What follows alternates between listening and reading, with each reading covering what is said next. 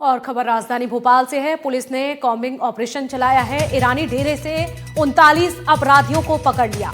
ईरानी डेरे से सोना, कैश, गांजा भी इस दौरान पुलिस ने जब्त किया है। कई बाइक, गहने और मोबाइल भी बरामद कर लिए गए।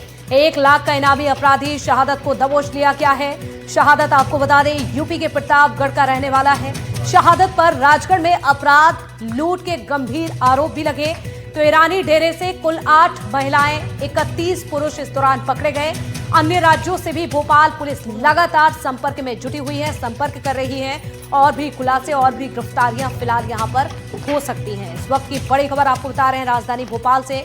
शहादत पर देखिए, राजगढ़ में अपराध, लूट के आरोप लगे थे। तो ईरानी डेरे से जिस तरह से पुलिस ने एक्शन लिया है, कुल 8 महिलाएं, इस दौरान 31 पुरुष भी पकड़े गए हैं जिनसे पूछताछ की जा रही है। और इसके साथ ही दूसरे राज्यों से भी भोपाल पुलिस लगातार संपर्क में जुटी हुई है। तस्वीरें आपको दिखा रहे हैं जिस तरह से एक्शन लिया गया है और इसके साथ ही पुलिस ने कई सामान बरामद कर लिया है। मुझे लगा आप सो रहे होंगे। तो कई बाइक, गहने और मोबाइल भी बरामद किए हैं। तस्वीरें आप देखिए राजधानी भोपाल की। पुलिस ने जिस तरह से बड़ा ऑपरेशन चलाया है जिसका असर भी देखा जा रहा है और भी खुलासे भी इसमें हो सकते हैं। तो भोपाल में कॉम्बिंग गश्त को लेकर पुलिस कमिश्नर संजय कुमार से एनडीटीवी ने बातचीत की है। उन्होंने ये कॉम्बिंग गश्त आगे भी जारी रहेगी ये कहा है। और क्या कहा, सुनिए आप। भोपाल पुलिस ने कॉम्बिंग गश्त करते हुए एक बड़ी कार्रवाई की है। न सिर्फ पूरे भोपाल में बल्कि भोपाल के ईरानी डेरे पर भी पुलिस ने शिकंजा कसा है। मेरे साथ भोपाल पुलिस कमिश्नर संजय कुमार मौजूद हैं। सर, आप भोपाल आए, इसके बाद ये पहली बड़ी कॉम्बिंग गश्त के तौर पर इसे देखा जा रहा है, कितना महत्वपूर्ण मानते हैं? और खास तौर पर ईरानी डेरा जो लंबे वक्त से अपराधियों का गढ़ बना हुआ है, ये पुलिस के लिए एक बड़ी चुनौती रही है। इससे कितना इंपैक्ट पड़ेगा इस कॉम्बिंग गश्त के बाद? नहीं, ये तो कॉम्बिंग गश्त हमारी जारी रहेगी। और जो ईरानी डेरे की आप बात कर रहे हो, तो 400 प्लस अधिकारी और जवानों ने एरिया को घेर के ये कार्रवाई की गई। डीसीपी जोन 4 के नेतृत्व में ये कार्रवाई हुई है और 39 अपराधियों को पकड़ा गया है।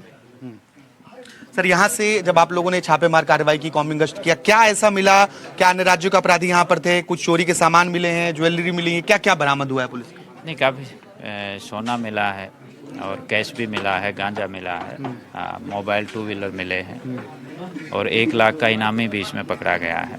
ये कौन है 1 लाख का इनामी? ये शहादत है, प्रतापगढ़ यूपी का रहने वाला। क्या अन्य राज्यों के और भी अपराधी यहाँ शरण लेने आ रहे हैं? क्या भोपाल की पुलिस अन्य राज्यों से भी संपर्क कर रही कि अगर वो अपराधियों को तलाश है तो उनको मदद की जाए, या फिर उनके संपर्क में कोई अपराधी है तो वो आपसे उनसे मदद दे सकें? बिल्कुल, यहाँ क्या है कि जैसे जो ईरानी डेरे में जो भी अपराधी हैं वो अन्य राज्यों में भी अपराध करते हैं। बाहर की अन्य राज्यों की पुलिस भी आती रहती है यहाँ पे, तो अन्य राज्यों के संपर्क में हैं हम और उनसे भी पूरा रिकॉर्ड लेके आगे की कार्रवाई की जाएगी। तो ईरानी डेरा एक कुख्यात डेरा है जहाँ के अपराधी न सिर्फ भोपाल, मध्य प्रदेश, बल्कि राजस्थान, महाराष्ट्र, छत्तीसगढ़, जो आसपास के राज्य हैं, तमाम राज्यों में अलग तरीके से चोरी, लूट, डकैती जैसी वारदातों को अंजाम देते हैं और लंबे वक्त से यहाँ अपराधियों को पनाह भी मिलती रही है। अब भोपाल पुलिस का दावा यह है कि लगातार कॉम्बिंग गश्त के जरिए यहाँ पर जो अपराध का गढ़ है उसे खत्म करने की कोशिश की जाएगी। भोपाल से कैमरा पर्सन राजू बाथम के साथ आकाश द्विवेदी, एनडीटीवी। तो देखिए, लगातार अपराधियों को पकड़ा जा रहा है। ये अलग अलग तस्वीरें आपको दिखा रहे हैं और ज्यादा जानकारी के लिए सहयोगी आकाश द्विवेदी का रुख करेंगे। भोपाल से सीधे जुड़ चुके हैं। आकाश, जिस तरह से एक बड़ा ऑपरेशन चलाया जा रहा है, बताइए जरा कहां तक पहुंचा है ये ऑपरेशन और अब तक क्या सफलताएं मिली हैं? देखिए, कॉम्बिंग गश्त एक तरीके से गोपनीय तरीके से की जाने वाली पुलिस की गश्त होती है। इसकी जानकारी किसी मुखबिर को नहीं, मीडिया को नहीं होती है और अचानक पुलिस अपराधियों को उन तमाम ठिकानों पर दबिश देती है जहां पर उन्हें शंका है कि अपराधी हो सकते हैं। और उसी तरीके की कार्रवाई बीती रात भोपाल में देखने को मिली, जहां भोपाल के अलग अलग इलाकों में 400 से अधिक पुलिस कर्मियों ने लगातार कार्रवाई की। इसमें भोपाल का अमन कॉलोनी स्थित ईरानी डेरा भी है और ये वही ईरानी डेरा है जो देश भर में कुख्यात है।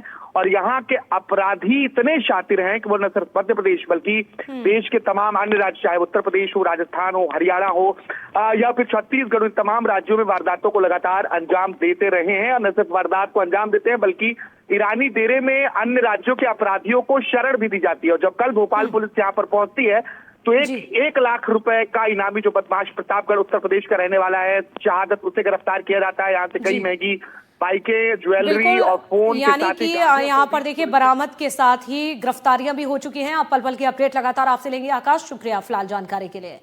तो 39 अपराधियों को पकड़ लिया गया है।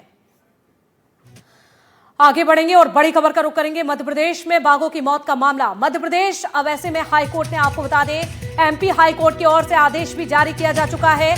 बांधवगढ़ टाइगर रिजर्व के फील्ड डायरेक्टर को रिपोर्ट पेश करने के निर्देश दिए गए हैं। 25 फरवरी 2026 तक विस्तृत जांच रिपोर्ट पेश करने के निर्देश दिए गए हैं। वन्यजीव कार्यकर्ता अजय दुबे की याचिका पर निर्देश दिए गए। इस वक्त की बड़ी खबर आपको बता रहे हैं। बाघों की मौत पर याचिकाकर्ता ने पेश किए हैं आंकड़े।